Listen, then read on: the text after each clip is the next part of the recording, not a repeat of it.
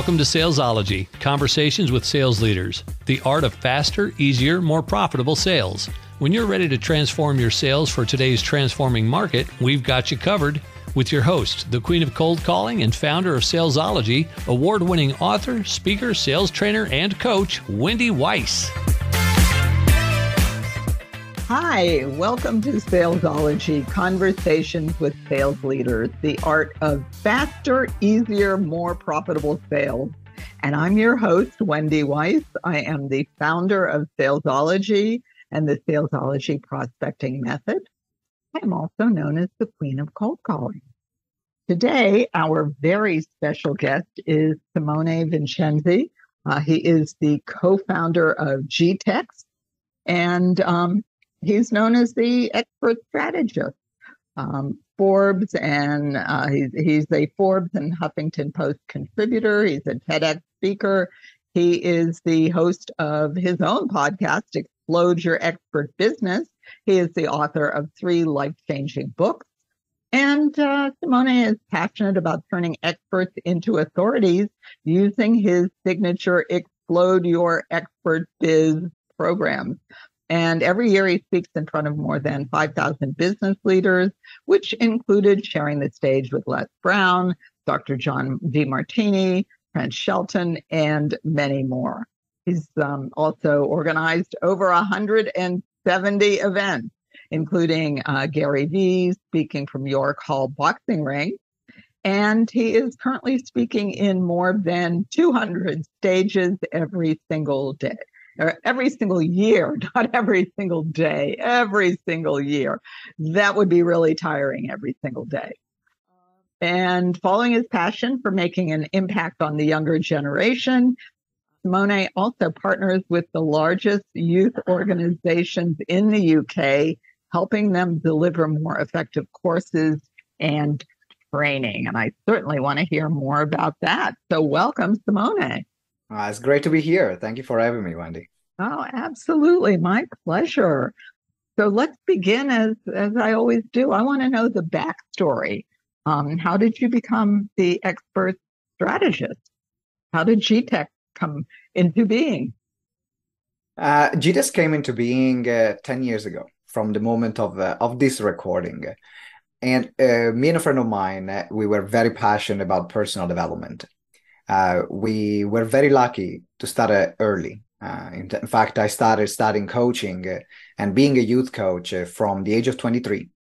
I decided to change a career from working in catering and managing a restaurant to actually going to youth development. And since then, I had a passion for coaching and development. And me and this friend, we wanted to organize events, but no one would listen to us. And we had very little to say. Also, my English at the time was very poor. I'm from Italy originally. I moved to the UK when I was 20, so it was just only 5 years that I really was speaking English. And so we started organizing evening events. We started organizing once a week, an evening event where we'll call a speaker, and then we organize these events in a farm. We had this room in a farm called the straw bale room, which was made with straw bale. And the first event, we had 4 people, 2 were the speakers, and then one was my business partner, father, and then the only person who actually attended the event, we changed the chair and we said, no, you're not going to leave from here. And then since then, we kept going, one event at least a week, and increasing from there until we reached the point where people wanted to hear from us and not just from the speakers that we were bringing after a couple of years. And that's how we started our first company, which was then GTeX, which became an event company. And that's how we then grew and scale. And that was the beginning of the journey. Wow, that's amazing. It sounds an awful lot like the movie Summer Stock with Judy Garland, which you may or may not have seen, but they have a barn and they put on a show. And very similar, exactly. But it was the only thing we didn't have much money, and it was the only free room that we could find in London. And funny enough, there is actually a farm in the middle of London. So in the middle of the city, there is this farm, and I used to go there because I was a bit of a hippie and I like going to farms and so on. And we managed to get the room for free, so was a great starting point. So let's put on a show. Yeah. Yeah. So tell us a little bit about your work with the youth organizations. That's fascinating. Yeah. So my background at the beginning was I started working in restaurants. And I started working in restaurants from the age of 14 because my parents split up and I wanted to have some money for myself. But actually, restaurants and catering became my biggest passion. I almost quit school at 15 to just focus 100% on catering. Then at the age of 19, I managed my first Michelin star restaurant. And then I moved to London because I received an offer to work in a Michelin star restaurant in London. When I was 23, though, after working in many Michelin star restaurants and managing restaurants, I was doing really well, But I felt that there was something missing, and I started attending different events. And something that I always loved was spending time with young people. I remember when I was 14 and I was part of my church group, I was teaching catechism to the young kids when they were like 6 or 7. So I've always been involved in giving back to young people, to children. And it's my happy place. I love spending time with children. It's just like it's full of joy. And I love, in particular, when someone maybe is a teenager or that kind of age, when you can really get through them and get them to think in a different way, to open their mind. And so when the opportunity came, I decided to start to get a qualification in youth coaching. And then I became an associate for different organizations to go in schools and deliver their programs. So I didn't have my programs, but I then became partner for about 5 or 6 different organizations. And at some point I was working with 150 schools a year. I was always like in the school, in the other school, and then in the evening running the events. It was a bit of a crazy life. But what I loved the most about going into schools were 2 things.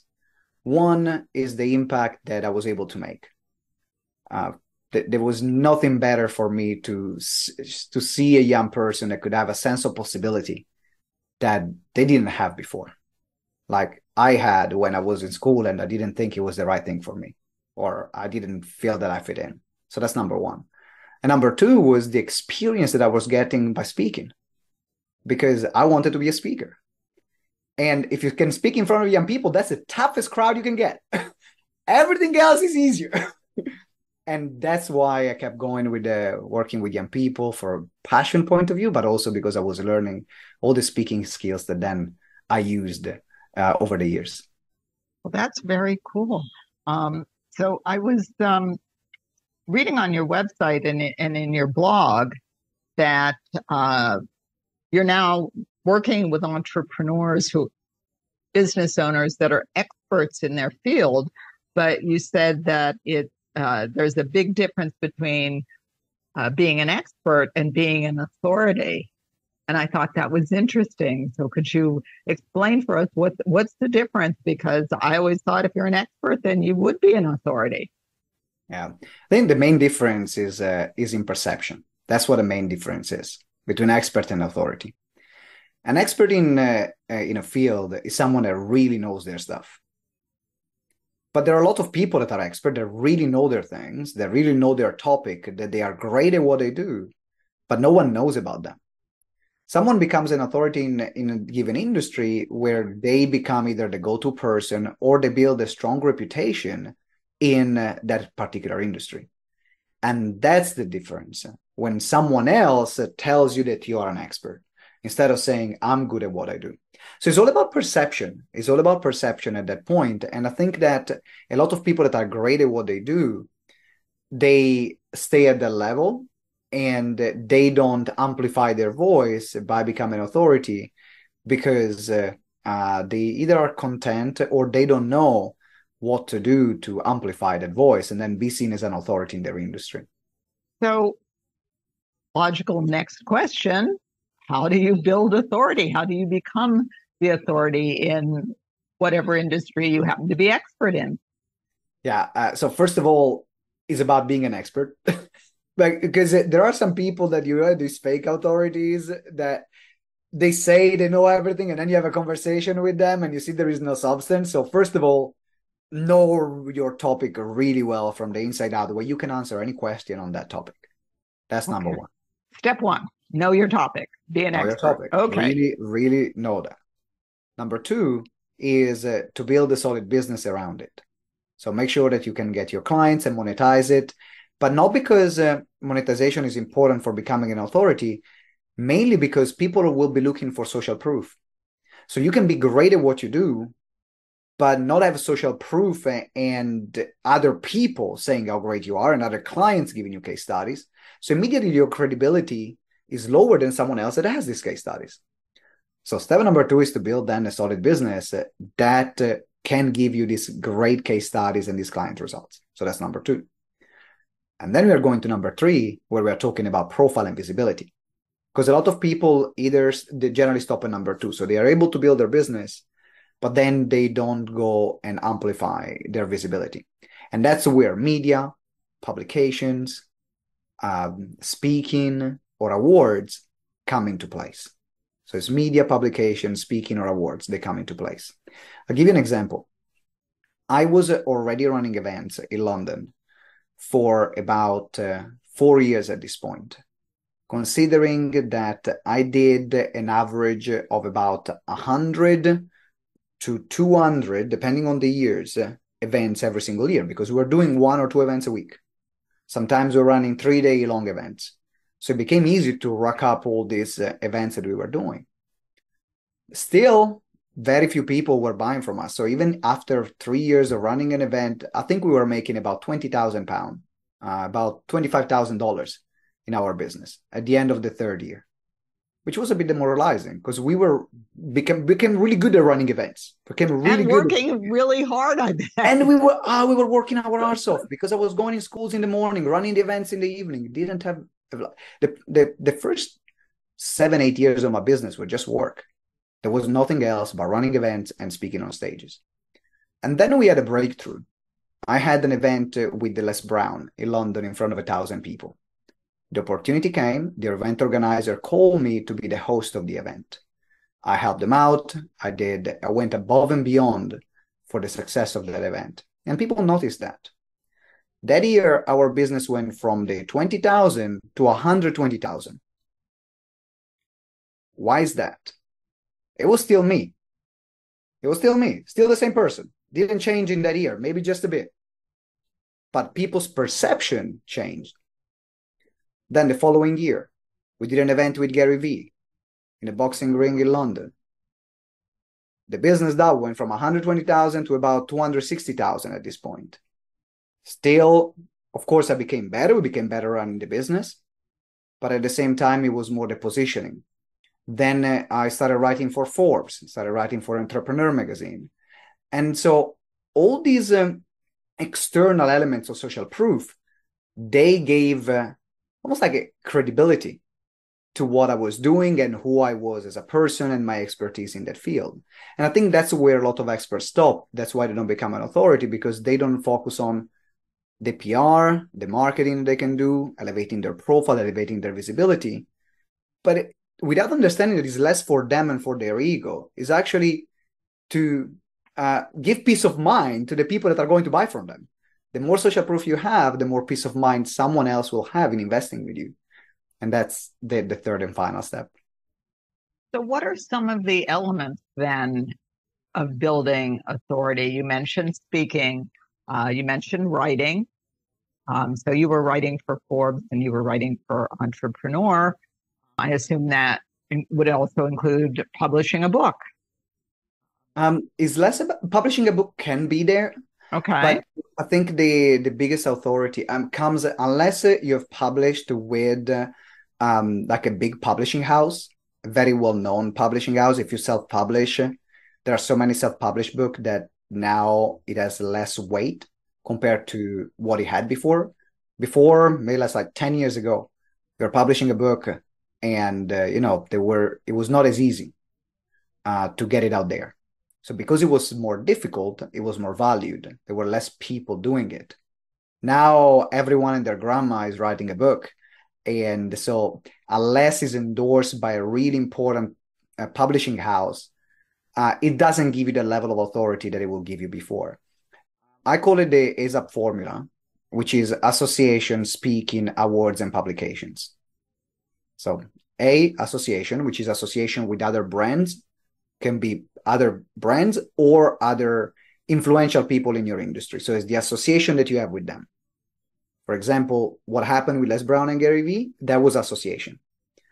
We built another business, which is a sales training for recruitment agencies that my business partner used to run.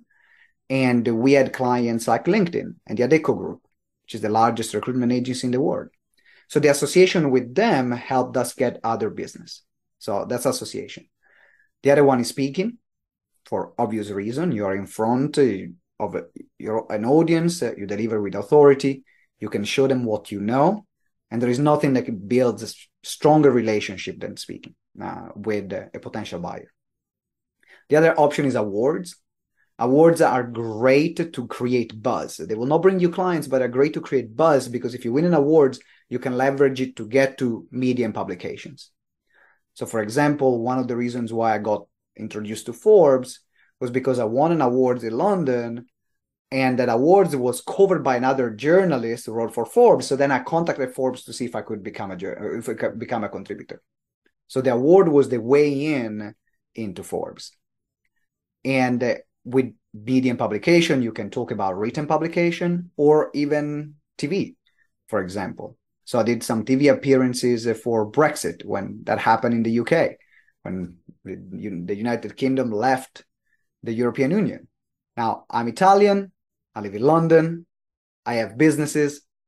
Brexit affected me. And I had an opinion on it. Even though I'm not an expert in politics, then I was able to get national coverage to share about that opinion. So these are the things that I mean about the activities that can help you raise your profile and visibility. So ASAP formula, association, speaking, awards, and publications. Where does your podcast and this podcast fit into that? Do you put that under speaking? Do you put that under, like, where do you categorize that? Because I know you have a podcast, and I'm interviewing you on my podcast. No, that's fascinating, because podcast works as an authority builder, mainly if you're having guests that are like the top in their industry. So famous people, celebrities, that association will play a part into it. Because now you're interviewing people that are more known in your industry than you are, or like I do. And then the association with them helps elevate the brand. So I think branding by association, that's where the podcast come into place. But most of the time, unless you're interviewing a guest who is so well known that is almost a celebrity, association doesn't happen, or it happens in a small level, because not many people, someone might be known in a particular industry, but not being a wide known public figure. So for me, podcast, where it fits in is networking and opening doors and opportunities. I've been having my podcast for 6 years and more than 420 episodes published. And for me, it's been the best networking tool that I've ever had. We build partnerships through podcasts. We connect with people like you that never had a chance to talk if it wasn't for this media. And then who knows what we could create now that we have this connection? Who knows? And that's where I think the podcast fits into. So either branding by association, by interviewing celebrities, or networking and giving access to wider networks and the network of your network to then expand your brand as well. Yes. We just celebrated the 1-year anniversary of Salesology Conversations with Sales Leaders. And it is true. I have met so many people that I would never, ever have met if it weren't for interviewing them on this podcast, just like you, Simone. So, so we are going to pause for a word from our sponsor. When we come back, I want to hold your feet to the fire. I'd like to kind of take a step back and talk about, because you brought this up, that you need to have a viable business. First, you have to be an expert, but then you have to have a real business. So let's talk about that and how to build an offer that's going to convert so that you can build a viable business, and some of the, do's and don'ts, the good things that business owners do, some of the don't do this, some of the mistakes business owners make. So that's next on the agenda. Awesome. But now we have a word from our sponsor, the Salesology Vault. Just about every guest I've interviewed on the Salesology Conversations with Sales Leaders podcast has had a free gift for our listeners. And that actually includes our guest today, Simone Vincenzi, has a free gift for our listeners. And so what we've done is we've taken all of those gifts and we have put them in one place just for you. We call it the Salesology Vault, and it is packed full of free gifts from sales leaders, sales experts, marketing gurus, revenue generation experts. And we add a new gift every single week. We release a podcast every Monday and we add a gift. So you can log in as often as you'd like. You can download as many gifts as you'd like. It's all free. So go to bit.ly/gift vault, or the link to the Salesology Vault is in the show notes. So after you finish listening to this podcast, go to the notes, click on the link, download your gift. You'll be glad you did. And we are back with our special guest, Simone Vincenzi, who is the co-founder of GTeX. So we were talking before, Simone, about how to become an authority. And you said step one is you absolutely have to be an expert in your field. Step two is you have to have a viable business. So let's talk about how to build a viable business. I was actually reading on your website that you have 7 pillars for a high converting offer. So how do you build an offer that converts so that you can have an actual business as opposed to an aspirational business? Well, I think that going into each one of the 7 pillars, that will take a bit too long. So what I want to give, I think, is the most important one. And the most important one here is the transformation. This is what a lot of people don't get it right from experience, because we work with a lot of clients on this part. And the transformation right now needs to be incredibly clear. What is the transformation that you offer to your clients? Because in particular right now, in an online first world, you are bombarded. Everyone is bombarded by millions of messages every single day. And so when someone asks you, what do you do, or what does your program do, or what does your offer do, having a clear transformation and say, here is what we do, here is what you're going to get at the end, in one sentence, is the most important thing. Everything else can come after. But if you don't get that right, everything else doesn't really mean much, because you already have lost people before you go into the benefits or what's included and some of the incentives that there are as part of the program. So, for example, one of the offers that we have is create and build a webinar in 14 days. It's very specific. You create and build a webinar in 14 days. We have another longer-term mentoring program, which is get to $10,000 a month in monthly recurring revenues. So if someone says, what does the program do? In a few sentences, I'm able to explain what is the end result and the transformation. I'm not even saying how it is delivered or anything else. I'm just saying the end result. And I think that if everyone who is listening, they can look at their offerings. Every offer must have a end goal that needs to be reached. That needs to be very quantifiable, whether it's in terms of time, and also it needs to be tangible. It needs to be achievable. And that's what really converts the most. This is the most important part of a high converting offer that a lot of people are not really considering. So why do you think that is? I mean, I know with the work that we do with clients, people really like to talk about what they do. They like to talk about it a lot, but it is very hard for them to figure out, understand, really get the transformation that happens at the end, because clients don't care what you do. They want to know they're going to be better off when you finish doing it. And that's very hard for people to grasp.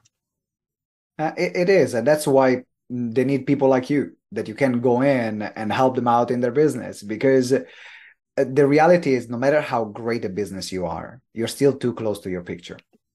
And is not a knock on your skills, on everyone's skills or level of understanding. But when you are so close to your picture, it's very difficult to distill everything that you have in your mind in a sentence. That's why most of the time this kind of exercise is easier to do it with someone else that know what they're doing.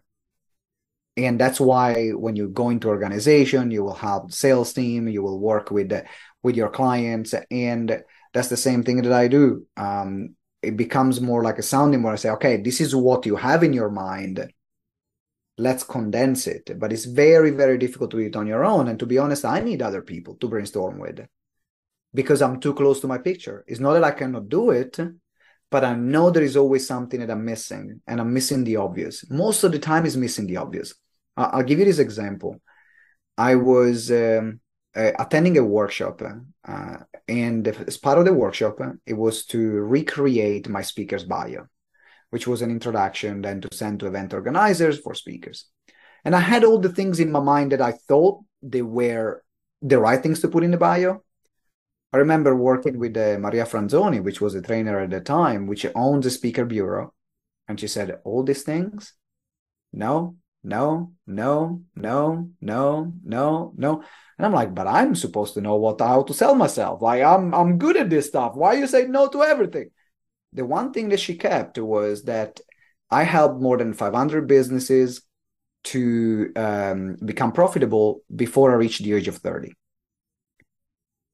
And for me, I didn't even consider to put it in my bio. But actually, it's one of the most impressive things. But it's my life. I done it. So it is not impressive to me. But for other people that are listening, it's like, oh, this is it. This is what you should say. And that's the thing where a lot of people miss the mark, and it's so difficult to articulate because there is so much that you want to say, because there is so much that you know.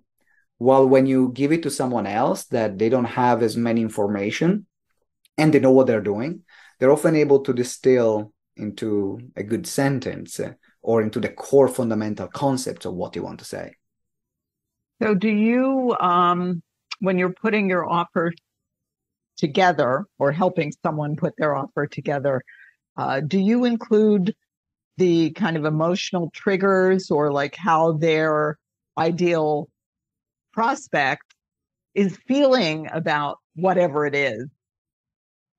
Yes, absolutely. It becomes really important, in particular when we create the offer and we look at the design of the offer.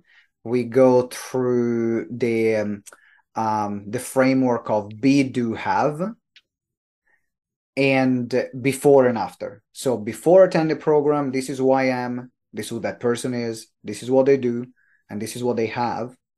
After, this is who they are, so how they feel, this is what they do, and this is what they have. So this becomes very clear from the client's point of view about their journey, because some people, they might care more about their emotions. Some people will care more about the status. Some people will care more about the things that the material things that they have.